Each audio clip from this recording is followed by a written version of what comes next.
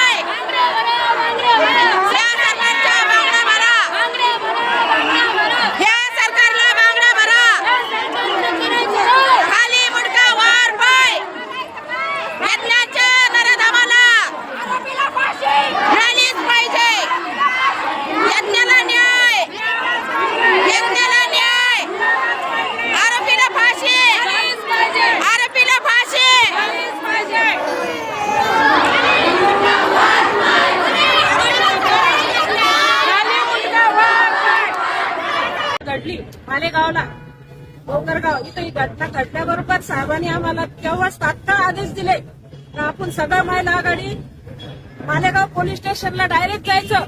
तिथं तडक म्हणजे आम्ही साहेबाच्या आदेशानुसार त्यांच्या कुटुंबाची भेट घेतली, त्यांना खूप धीर दिला, त्यांना सांगितलं, आमदार साहेबांचं सुद्धा बोलणं करून दिलं त्यांच्यासोबत का आम्ही सगळे सत्ताधारी असताना सुद्धा तुमच्या पाठीमागे आहे, तुमच्या सोबत आहे। कारण की जिथं जर असा अन्याय होतो तर तिथं म्हणजे सत्ताधारी जे असले तरी त्यांचं कर्तव्य आहे काय न्यायासाठी पाठिंबा द्यायचा। तर आम्ही सगळे आमदार साहेब म्हणजे आमचे आमदार साहेब जयस्वाल साहेब यांच्या आदेशानुसार आम्ही सगळ्यांनी पाठिंबा दिला।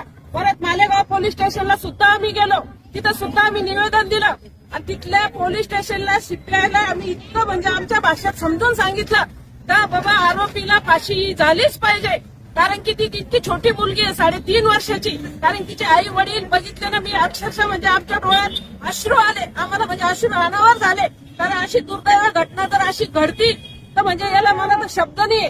तर साहेबांनी तेव्हा सुद्धा आम्ही तिथं सांगितलं तर आमचे आमदार साहेब हिवाळी अधिवेशन मध्ये मागणी करणारच आहे। आता सुद्धा साहेबांनी सगळ्यांसमोर सांगितलं तेव्हा कुठतरी हा कायदा निघला पाहिजे आणि तात्काळ या कायद्याची अंमलबजावणी झाली पाहिजे, तरच कुठतरी याला म्हणजे आळा बसत आणि महिलांना कुठतरी न्याय भेटेल।